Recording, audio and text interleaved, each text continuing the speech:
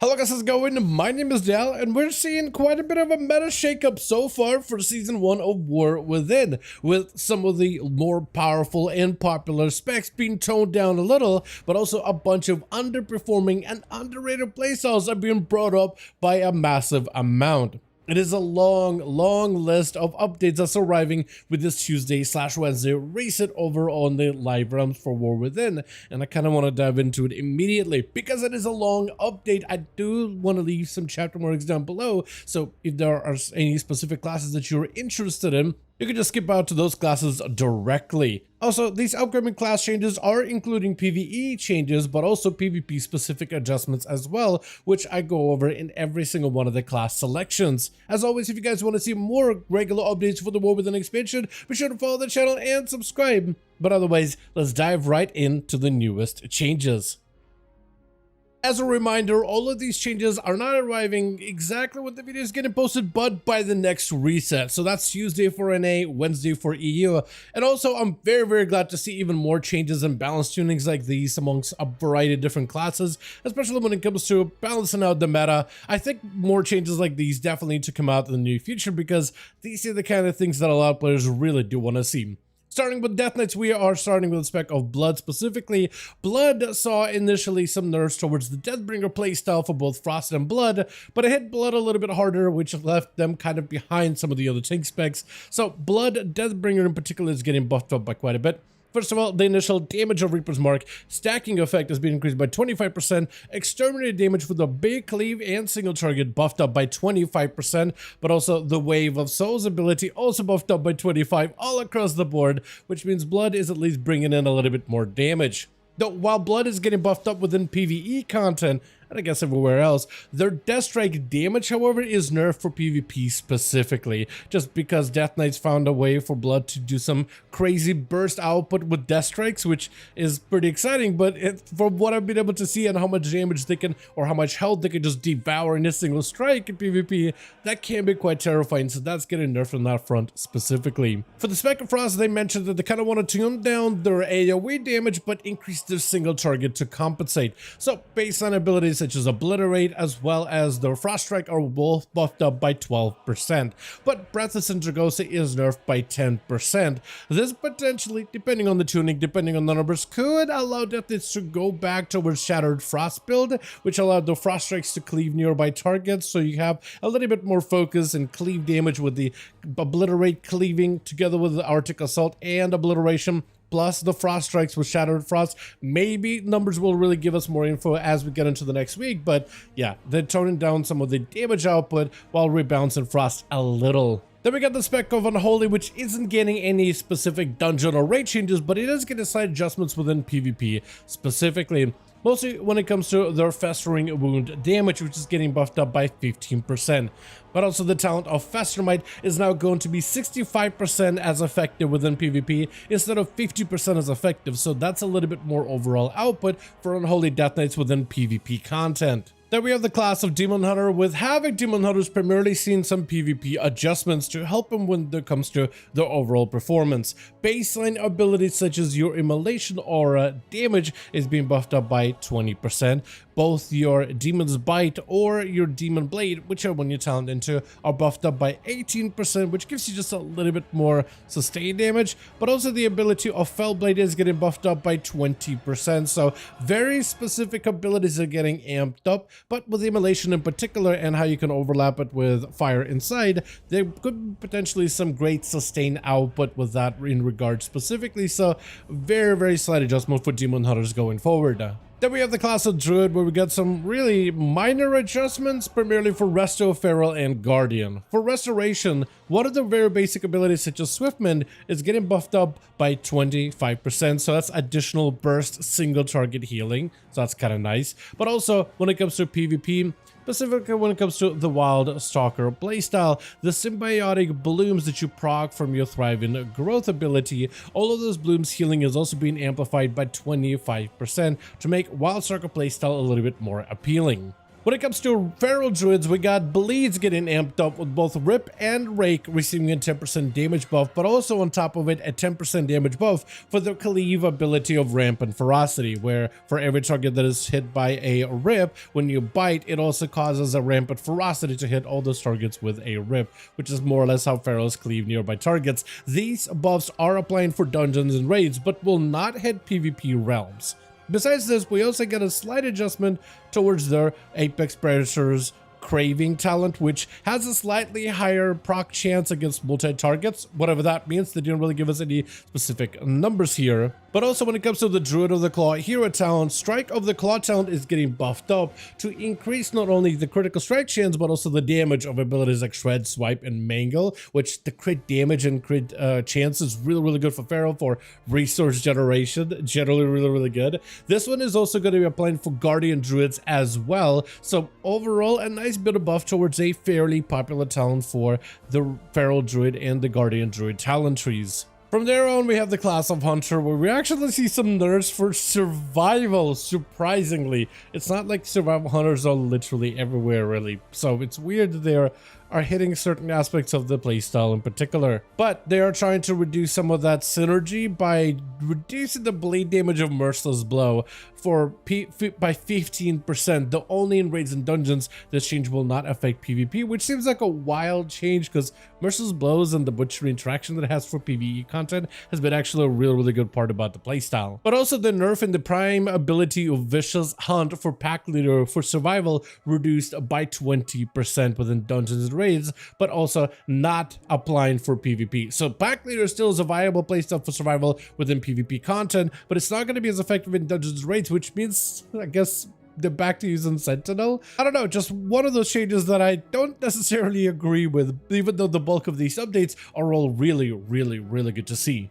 Besides this, Marksmanship Hunter is getting some more love within PvP content in particular, like the Dark Ranger Black Arrow ability is being buffed up by 12%, which is a sizable increase, but also some of the basic abilities such as your aim shots as well as rapid fires, both are getting amped up by 15% within PvP, which is going to result in a very noticeable increase. But from there, we got even more changes coming to the class of Mage, with the spec of Frostfire, the hero spec in particular, fairly underperforming choice for both Frost as well as Fire Mages, so they're looking at another set of tuning paths for Frostfire to be a little bit better within PvE content. And they're also looking to increase the single target output of Fire Mages in particular, so they're kind of trying to do some of these changes kind of all at once to make the playstyle a little bit better. And Frostfire Fire in particular was one of my all-time favorites back during the early alpha and beta of War Within, because it just had such good synergy with the spec of Fire, a pure instant cast playstyle that was super satisfying to get into, and it's been a shame that it really fell backwards as we got into the actual Season 1 content of War Within, and the playstyle in general took a pretty big back seat. So as for the Frostfire playstyle, a number of changes that are going to affect both them as well as Frost Mages, though very differently in terms of PvE or PvP content. Starting with Fire, your Frostfire Mastery, the Fire Master will now grant you 2% haste instead of 1% haste, so additional stats, which will go a long way. With Isothermic Core for Fire Mages, your Comet Storm ability is now going to be further increased to be 200% effective instead of 150% as effective, which is a fairly sizable chunk of damage. With Excess Fire, the random proc of Frostfire Burst is going to be increased by 25%, while Frostfire Infusion effect is being amped up by 50%. And the Excess Frost cooldown reduction effect of your Meteor, for instance, is going to be reduced by 10 seconds instead of 5 seconds, which means you'll get regular uses out of your Isothermic Core as either Frost or the Fire Mage. From there, we'll move on to the actual spec of Fire Mage, whether they play Frostfire or if you play Sun Fury, because they're getting additional single target buffs on top of that, like Ashen Feather, where Phoenix Flame's damage bonus is now being increased to 50%, up from 25%. Damage of Pyroblast is also being amped up by 8%, which is going to result in more direct single target damage increases, but also the direct damage of your Meteor is being amplified by 25%, and now you have a better interaction between Meteor and Frostfire with Isothermic Core and Excess Fire. So now there may be some hopefully credence or some potential numbers that may suggest the Fire and Frostfire may be a good blend going forward. Though these are just the dungeon and raid and PvP are, I guess, more general changes for Mage. On top of it, they also got PvP specific adjustments as well, specifically when it comes to Sun Fury. Both the Sun Fury spell Fire Spheres will now grant you 2% increased damage instead of 1, as well as the Lingering Embers that are provided from this effect also are increased to 2% spell damage instead of 1. Plus, also whenever you summon the actual Phoenix of Sun Fury as a Fire Mage, all of Phoenix's base damage abilities are being increased by 20%, all besides the Great True Pyro procs as well as Arcane Surge procs. Moving on to the spec of Frost, we are seeing the same type of changes that Fire saw for Frostfire. Frost is seeing very similar to these changes, though not a single one of them is going to apply for Frost mages within PvP, because Frostfire Frost is already a very powerful combo, so I think they're trying to be very careful about how it impacts the arena and BG performance. But Frostfire Fire Mastery is being amped up to 2% for Frost mages as well, not in PvP. Isothermic Core is a little different because there for them it procs a Meteor instead of Comet Storm, with Meteor's effectiveness buffed by 150% up from the original 100%. Abilities such as Excess Fire with the Frostfire Burst are also amped up by 25% and Frostfire Infusion by 50%, so that's very similar to that of a Fire Mage. And also you have better cooldown reduction with Excess Frost, which is the same as that of a Fire, but also like I said, Frostfire changes for Frost, which I would say that's 5 times fast. The Frostfire, Fire, Frostfire, Frost, it gets a little confusing, but for Frost, as a Frostfire playstyle, none of these Frostfire changes are applying for PvP. From there, I do want to move on into a less confusing playstyle though, which is Arcane, which is receiving additional PvP specific changes. Similar to the spec of Fire, their spell Fire Spheres are being amped up to 2% increased spell damage instead of 1 for PvP content. Lingering Embers also add you 2% increased spell damage instead of 1, and also the actual Phoenix summoned by the Sun Fury playstyle. Phoenix's damage is also amped up by 20% outside of abilities like Greater Pyro and Arcane Surges. Besides this, Arcane Mages are also seeing a number of PvP adjustments, which gives them better sustained damage but brings down some of their bursts. Arcane Sphere, for instance, is actually getting a sizable damage buff increased by 40%, which is a fairly decent gain as far as PvP abilities go. Though on the burst side of things, Arcane Surge is going to increase their overall burst damage by 20% instead of 25%, so slight burst damage reductions there. But based on abilities such as your Arcane Missiles buffed up by 10%, your Arcane Blast also buffed up by 10%, and your Barrages buffed up by 15%. But with the talent of Arcane Bombardment, which normally increases the damage of your barrage by 40% within PvP, that's instead getting reduced down to 20%, so less burst damage, less execute damage, but better overall baseline abilities, and the big Arcane Sphere Bowling Ball ability, that's also receiving a fairly sizable buff for Arcane, which is a very interesting set of changes. From there though, we have the class of Monk, starting with a slight PvP adjustment for the general playstyle. The unique talent of Dance with the Wind, where as long as you're out in, I guess, any combat situation, you get an increased chance to dodge abilities, stacking up to 9%, and that dodge chance is usually 10% per stack, with an additional 10% every 4 seconds that builds up in stacks. This one is actually getting gutted by quite a bit. Instead of giving you a 10% chance to dodge abilities, it has been reduced down to 2%, so your dodge chances as a monk are getting severely limited within PvP combat. Only within PvP, it doesn't affect dungeons or raiding experience. As a Windwalker, for the most part, most have found their home in Shadowpan playstyle, but the Conduit of Celestials is being amped up as of this recent build. Specifically, certain abilities or rather traits from the Conduit of Celestials are getting amped up, like Strength of the Black Ox damage is being amped up by 100%. Flight of the Red Crane damage also being increased by 100% as well, and Courage of the White Tiger damage also being amplified by 35%, which should maybe give Windwalker a little bit more build variety outside of just strictly sticking to the Shadowpan playstyle, but time will tell how the tuning affects him. The Windwalker does receive additional changes on top of it, with Fist of Fury damage buffed up by 20%, Blackout Kick damage buffed up by 8%, and even Flurry of Zuen buffed up by 40%. But we haven't stopped there, because Courageous Impulse now increases the damage of Blackout Kick by 200% instead of 125%, which is a sizable increase. while the talent of Shadowboxing Treads will increase the damage of Blackout Kick by 20% up from 10% and cause additional Blackout Kicks to strike at 80% effectiveness instead of 70% effectiveness, which means more single target damage but also better AoE. And that's their whole point of buffing up Windwalker, is to buff up their single target and AoE through base and abilities, but also add some opportunity for build variety. So we'll see how that works out over the next few weeks. Besides this, Mistweaver sees a very similar buff to that of a Windwalker,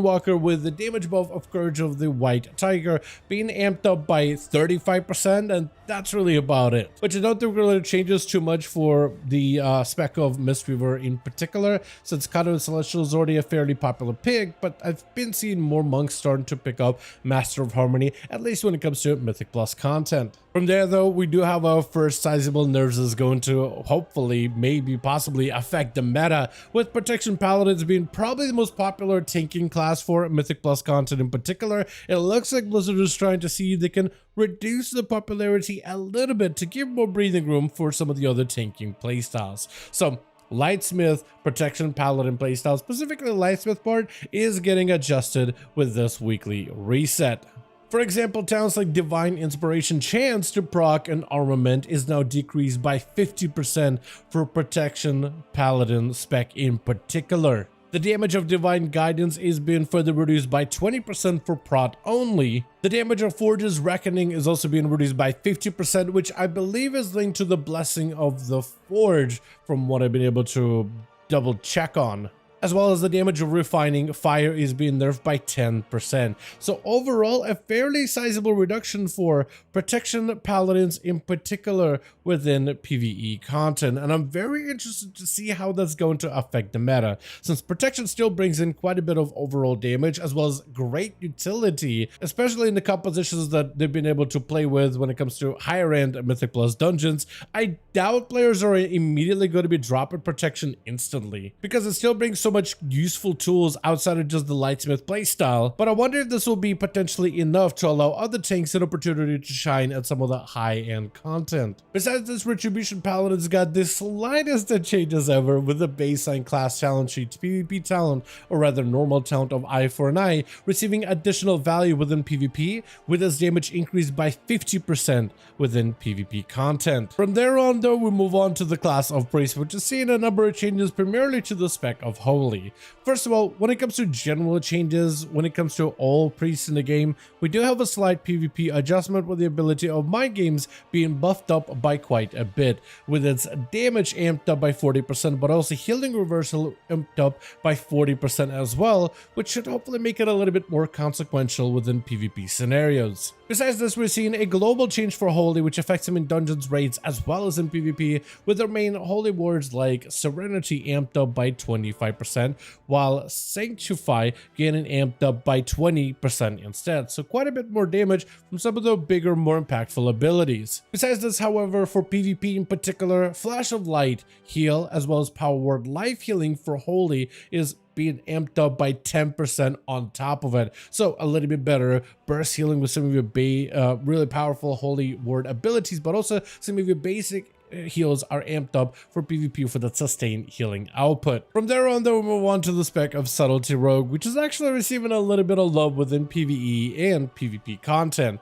First of all, most sub-rogues have defaulted to a Trickster playstyle, so to give them a little bit more customizability and options, Deathstalker is being amped up by quite a significant amount. To make Deathstalker a little bit more competitive, they've taken all plague damage provided from Deathstalker, which we assume right now is going to be literally every ability that has a plague damage modifier at some point throughout its basic abilities. All plague damage is being amped up by 45%, which means a number of baseline passive talents for Deathstalker are being improved by a decent amount. And because Deathstalker is a playstyle that maybe sees some limited value within single target, but definitely a lot less value in AoE in comparison to Trickster, because Trickster for the most part just does most its single target damage that cleaves everything around it with Nimble Flurry, which is convenient. But for the Subtlety Rogue as a Deathstalker, you are defaulted to having to use the ability of Black Powder a lot more aggressively, so they amped that up by quite a bit too, buff it up by 20% in order to allow Deathstalkers to have a bit more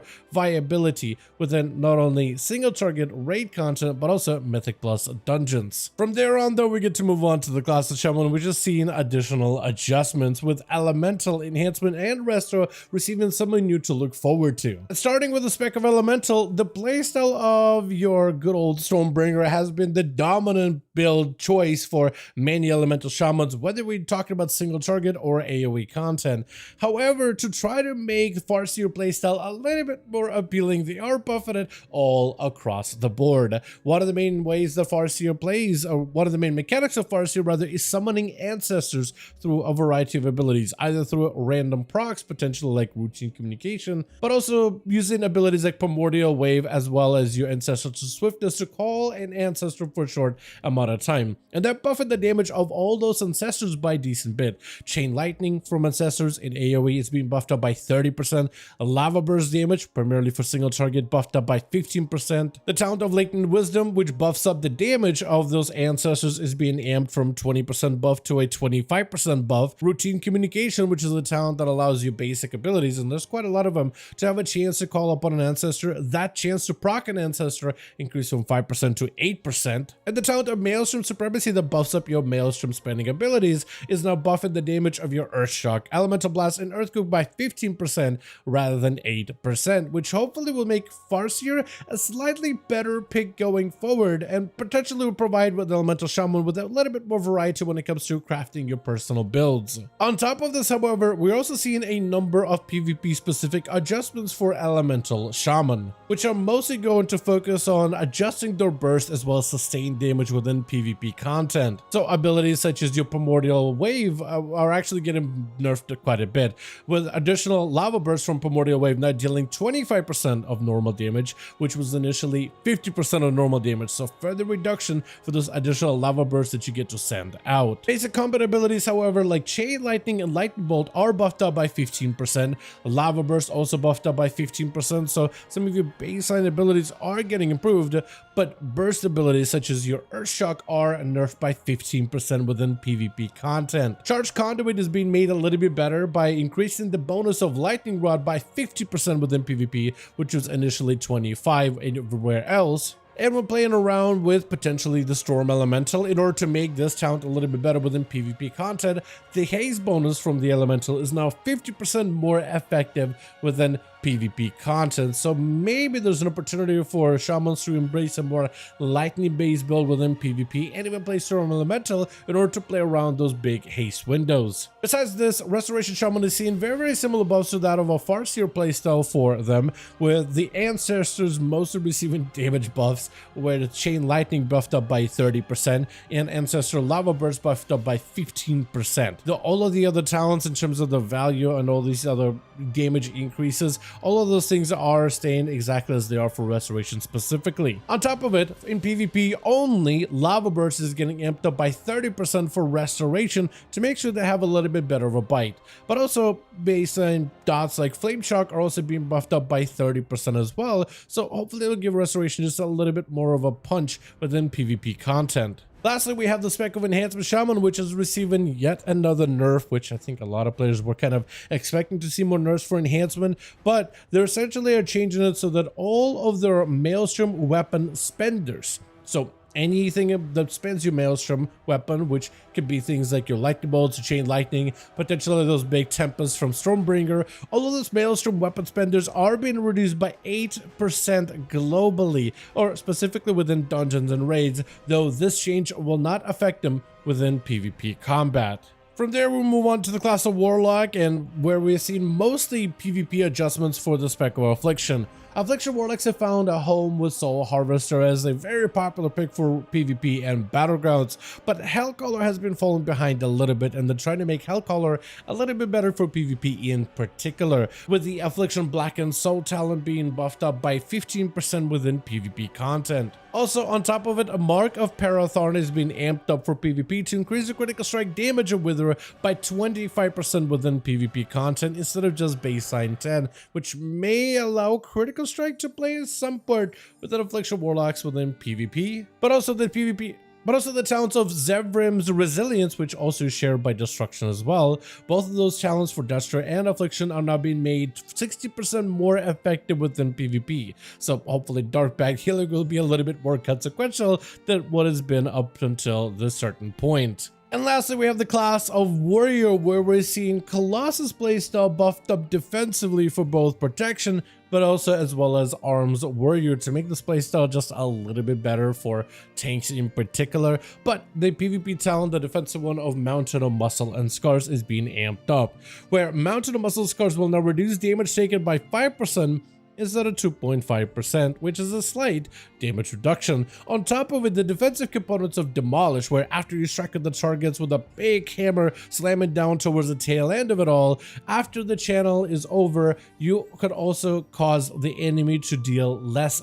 damage to the warrior with a dominance of Colossus. This damage reduction is being amped up from 5% to 10%, so it may actually be a decent defensive for protection to bring in the future.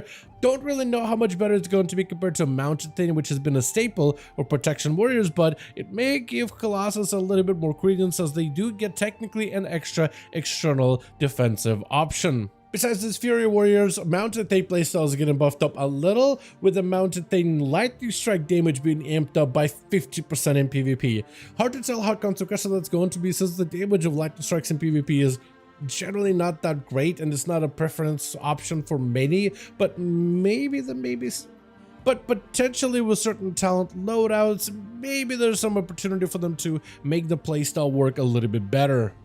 As always, I do want to thank all of you guys so much for watching, and I hope you guys did enjoy the update. If you did enjoy it or found it informative, go ahead and give this video a like. I would very much appreciate it. Join our Discord community if you want to keep up with all the regular War Within updates, especially for future patches like this coming up update, but also additional updates like 11.07 and 11.1. As always, let me know your thoughts in the comments down below, and I'll see all of you guys in the next one.